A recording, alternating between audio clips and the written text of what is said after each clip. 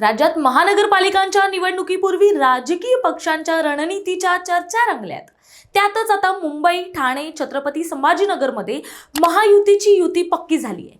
भाजप आणि शिवसेनेची जोडी आता राजकीय मैदान गाजवण्यास सज्ज झाली आहे। 2 दिवसातच जागा वाटपाची घोषणा होणार आहे। खुद्द मुख्यमंत्री देवेंद्र फडणवीसांनीच युती आहेच, फक्त घोषणा बाकी असं म्हटलंय। मुंबईतील काही जागा भाजपा आपल्या कोट्यातून रामदास आठवलेंच्या रिपाईला सोडणार आहे। मुंबई ठाण्यात युती पक्की झाली तरी कल्याण, डोंबिवली, मीरा भाईंदर, नवी मुंबईत जागा वाटपावर रस्सीखेच सुरू आहे। कल्याणमध्ये भाजपाने महापौर पदावर दावा केलाय, ज्याला शिवसेनेचा विरोध आहे।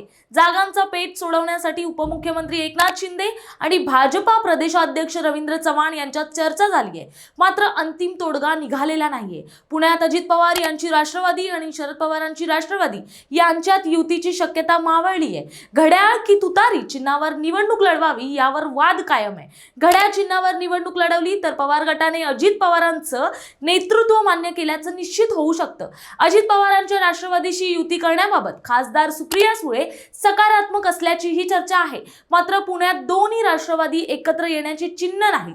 पुणे, पिंपरी चिंचवड, नाशिक, कल्याण, डोंबिवलीत ही युतीसाठी चर्चा सुरू आहे, मात्र अद्याप तोडगा निघालेला नाही। मनपा निवडणुकीत युती जागा वाटप यावरून सर्वच पक्षात वाद सुरू आहेत, मात्र महायुतीची घोषणा या वादावर पडदा टाकू शकते। महायुतीचं आता ठरलंच आहे, आता जागा वाटपात आणि नंतर निवडणुकीत कोण जिंकेल हे पाहण्यासारखं असेल।